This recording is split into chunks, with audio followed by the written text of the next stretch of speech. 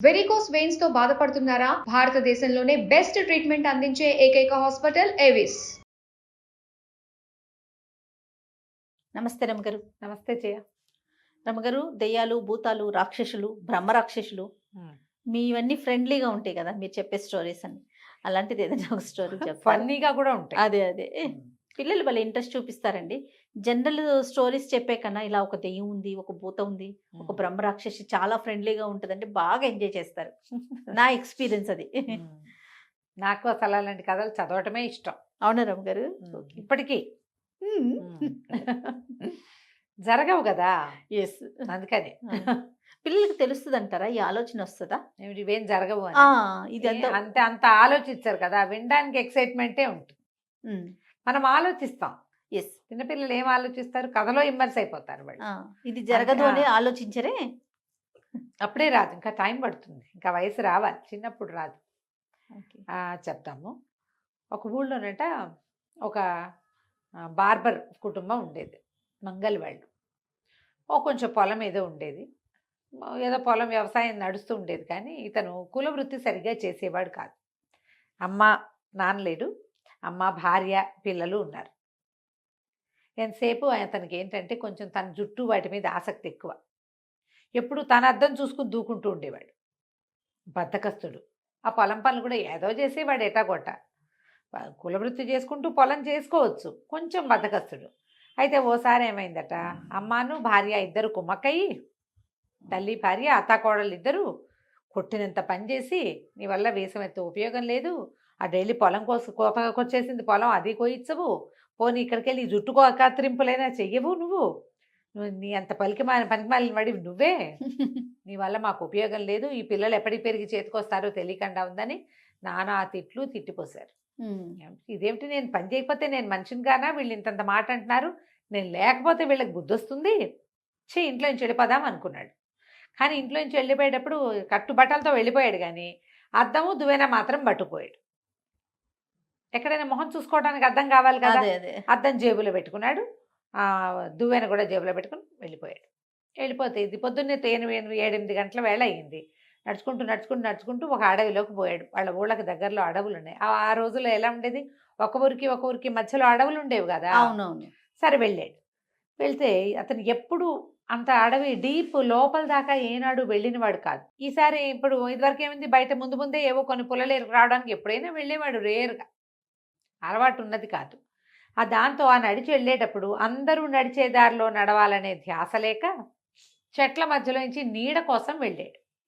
Okay, మామూలుగా అందరు నడిచే దారి అయితే రోడ్డు, పెద్ద రోడ్డు వెడల్పుగా ఉండి అటు ఇటు చెట్లు ఉంటాయి, అంతే కదా.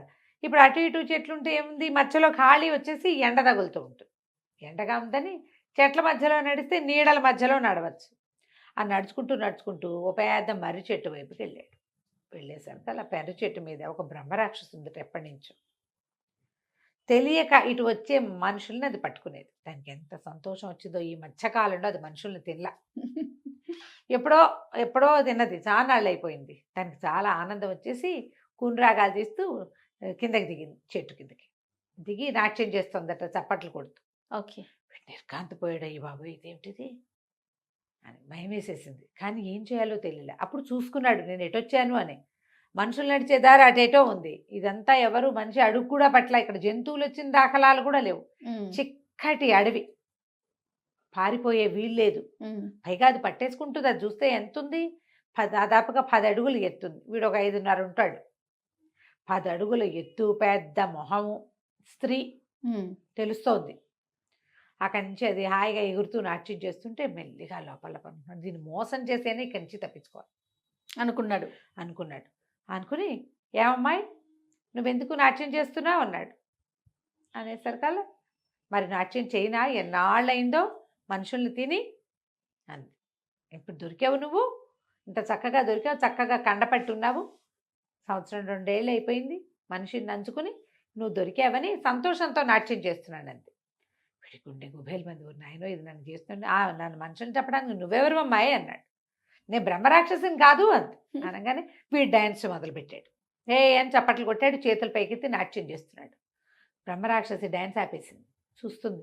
ఏమి నువ్వెందుకు డ్యాన్స్ చేస్తున్నావంటే అడిగింది. నువ్వెందుకు చేస్తావు డ్యాన్సు అనేసరికల్లా వీడన్నాడు, మన మంగళ గారి అబ్బాయి, నేను ఎందుకు చేయను, మా రాజుగారి అబ్బాయికి చాలా పెద్ద జబ్బు చేసింది, దానికి 101 మంది బ్రహ్మరాక్షసుల రక్తంతో అభిషేకం చేస్తే గానీ రాజుగారి అబ్బాయి జబ్బు కుదరదని చెప్పాడు వైద్యుడు. ఇప్పటికి 100 మందిని పట్టాను, నువ్వు 101 దానివి, నువ్వు దొరికావు కదా అని సంతోషంగా ఉన్నాను అనగానే హడిలిపోయింది. ఏమిటి, నన్ను పట్టుకుని చంపేస్తావా నువ్వు అని. మరి చంపేస్తాను, నా పని అదే. ఇప్పుడు 100 మంది బ్రహ్మరాక్షసులను పట్టా ఈ అడవిలో, చంపేశాను. చంపేశాను. వాళ్ళంతా మగవాళ్ళు, ఇప్పుడే మొదటిసారి నేను ఆడదాన్ని చూస్తున్నాను నేను, నువ్వు దొరికేవులే నాకు అన్నాడు. అనేసరికి ఏది చంపు చూస్తాను, చంపడానికి ఏముంది అని జేబులోంచి అద్దం తీశాడు. చూడు, నీ ఆత్మని ఇందులో బంధించా, చూసుకో కావాలంటే. నీ ఆత్మని ఇందులో బంధించాను, ఇక నీ శరీరాన్ని బంధించడమే మిగిలేటు అని చెప్పి అద్దం చూపించాడు. అది ఆ మాత్రం అద్దం ఉంది. అద్దం చూసింది ఆ బ్రహ్మరాక్షసు. చూసేసరికి ఏముంది, దాని మొహం అందులో కనపడుతుంది. అమ్మో, నేను కాంతిపోయింది. నన్ను పట్టేస్తావా, చంపేస్తావా? చంపేస్తాను. రాజుగారు వాళ్ళ అబ్బాయికి వైద్యం కుదిరితే అర్ధరాజ్యం ఇచ్చి అమ్మాయి నుంచి పెళ్లి చేస్తామన్నారు. అమ్మాయి చేదా, అర్ధరాజ్యం చేదా? రెండు చేదు కాదు. నేను పట్టేయటమే. ఇప్పుడు నేను ఆత్మ పట్టేశాను కదా, ఓ చిన్న క్రియ చేసి నేను పట్టించేస్తాను అందులోకి అన్నాడు. అనగానే లబలబలాడుతూ ఆ బ్రహ్మరాక్షసి కాళ్ళు పట్టుకుని పని చేస్తుంది. బాబాబు నన్ను వదిలే, ఇట్లా గనక ముందుకు నడిచెళ్ళావంటే, బాగా ముందుకెళ్ళి కుడి చేతి వైపుకి తిరిగితే ఆడ పెద్ద వేప చెట్టు, దాని మీద 2 ఉన్నారు మగవాళ్ళు, నేను ఒక్కదానే ఇక్కడ ఉంటా, నన్ను వదిలిపెట్టి వాళ్ళ దగ్గరికి వెళ్ళు. ఇదేమంది, మీరు మన కుర్రాడు అన్నాడు మంగళబ్బాయి, అలా ఎలా కుదురుతుంది, రాజుగారు అర్ధరాజ్యం ఇస్తానన్నాడు. అనేసరికి అర్ధరాజ్యం కాకపోతే దానంత డబ్బు నేను నీకు ఇస్తాను నాయనా అంటే, కుర్రాడు అన్నాడు, సరే ఇస్తావు, సరే ఇస్తావు, అవన్నీ నేను ఇంటికేటా పట్టుకెళ్తాను అన్నాడు. దాందేముంది, నేనే చేస్తానని పెద్ద అనే ఒక పెద్ద చెట్టు ఉంటే, ఈ మర్రి చెట్టు పక్కన ఉన్న చెట్టుని ఇట అమాంతం పెకలించేసింది. ఆ చెట్టు కింద 7 కుండలు ఉన్నాయట, ఒకదాని మీద ఒకటి. కుండల నిండా బంగారమే, అదే దాచుకుంది అక్కడ, మొత్తం ఇచ్చింది. ఆ బంగారం అంతా తీసి బయట పెట్టింది. బాబాబు నీ పుణ్యం ఉంటుంది, ఈ బంగారం అంతా తీసుకో, అర్ధరాజ్యం సంగతి మర్చిపో, కావాలంటే ముందున్నారు కదా రాక్షసులు, వాళ్ళని పట్టుకుందుగా, నన్ను మాత్రం వదిలిపెట్టేసి అనేసరికి అలా సరే మా ఇంటికి చేర్చమన్నాడు. చేర్చమన్నాక ఏం చేసింది, 7 కుండలతో సహా ఈ అబ్బాయిని కూడా తీసుకుపోయి ఇంటి దగ్గర దింపి, ఇంట్లో వాళ్ళంతా ఆశ్చర్యపడి, ఇంత డబ్బు తెచ్చాడు ఒకేసారి, ఇంకేముంది, ఏం పని చేయక్కర్లా, ఏం చేయక్కర్లా. ఆ డబ్బంతా లోపల పెట్టుకున్నారు, వీడికి చక్కగా అన్నం పెట్టారు. కానీ వీడికి దాన్ని వదిలిపెట్టడం ఇష్టం లేదు.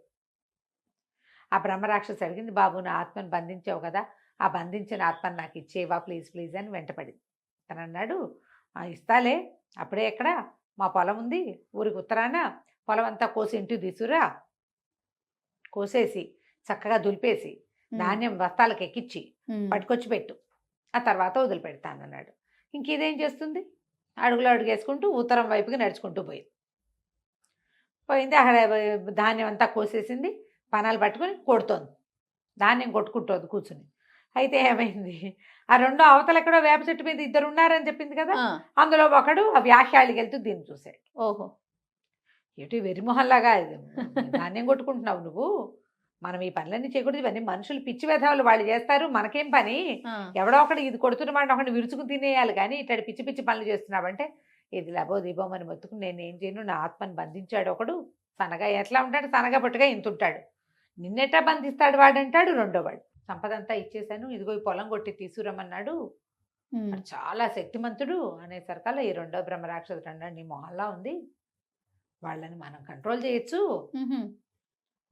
అంత మన అలా చేయగలిగే అంత శక్తి మామూలు మానవులకు ఉండదు, నేను చూస్తాను, వాడి ఇల్లు ఎక్కడో చెప్పు అంటే, అక్కడెక్కడో దారి తెలీదు, పద నువ్వు నన్ను తీసుకురా, అక్కడ దాకా తీసుకురమ్మని తీసుకెళ్ళు అంటే, ఆ ధాన్యం కొట్టడం మానేసి ఈ బ్రహ్మరాక్షసి, కొత్తగా వచ్చిన బ్రహ్మరాక్షసుని వెంట పెట్టుకుని ఈ మంగళ గారింటికి తీసుకుపోతే అప్పుడు వీళ్ళు ఏమైంది, బోళ్ళని డబ్బులు వచ్చినాయి కదా, డబ్బులని కుండలని జాగ్రత్త పెట్టుకుని వాళ్ళ ఆవిడ ఏం చేసింది, ఎన్నాళ్ళు ఏందో చేపల కూర తినని చేపలు తీసుకొచ్చింది.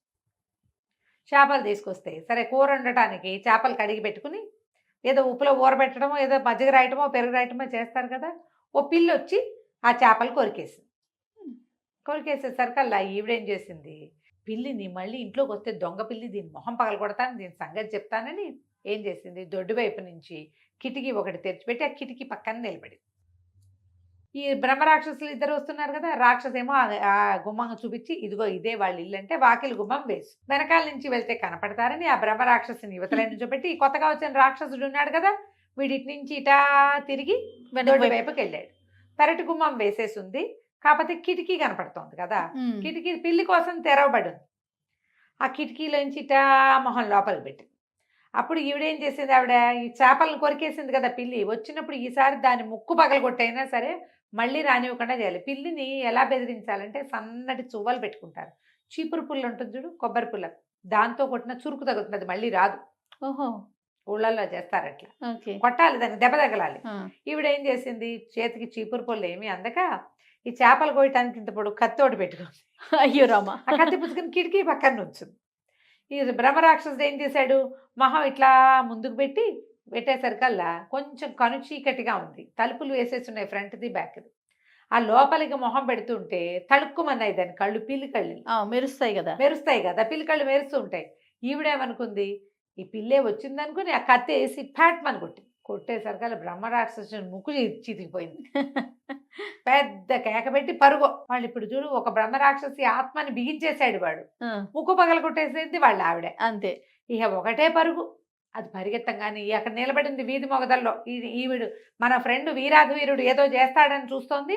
ఎప్పుడైతే ముక్కు నుంచి నెత్తురు గారుతూ వాడు పరిగెత్తాడో ఈ బ్రహ్మరాక్షసు వెంటనే వెనక్కి పరిగెత్తేసింది. ఓ నాయనో, మన యజమాని చాలా పవర్ఫుల్ వాడు, మన ఫ్రెండ్ నన్నేమో బంధించాడు, మన ఫ్రెండ్కి ఏమో ముక్కు పగల కొట్టారు, ఇక పని చేయకపోతే వాడు ఏం చేస్తాడోనని పరిగెత్తుకుంటూ పోయి ధాన్యం అంతా కొట్టేసి గబగబా బస్తాలకు ఎక్కించేసి ఓ 50 బస్తాల ధాన్యం తీసుకొచ్చి వాకిట్లో తిప్పేసి, ఏమి ఆజ్ఞ ప్రభు అనుకుంటూ, ఎప్పుడైనా అవసరమైతే పిలుస్తాను, పని చేయదు కానీ వెళ్ళిపోమన్నాడు. నా ఆత్మని నాకు ఇచ్చేయమంటే సరే ఆత్మని పగలగొట్టి చూపించాడు. ఇదిగో నీ ఆత్మ లేదు ఇందులో, పగిలిపోయింది ఇది, నీ ఆత్మని నేను వదిలిపెట్టేసా, నువ్వు మళ్ళీ ఈ ఊరు దరిదాపులుగా దాకా రావద్దు, చెట్టు మీద ఉంటే చెట్టు మీదే ఉండాలి, మనుషుల జోలికి రాకూడదని చెప్పి దాన్ని పంపించేసాడు. హాయిగా వీళ్ళ దగ్గర చేరిన 7 కుండల డబ్బులతోటి, బంగారం వచ్చింది కదా, బంగారు కాసులతోటి బోళ్ళంత పొలం కొనుక్కుని జీవితాంతం బద్ధకంగా ఉన్నా సరే అతనికి సాగిపోయేలాగా అయిందనమాట కథ కంచికి. మనం బాగుంది రమ్మగారు, తమాషా కథ. నమస్తే. నమస్తే జయ.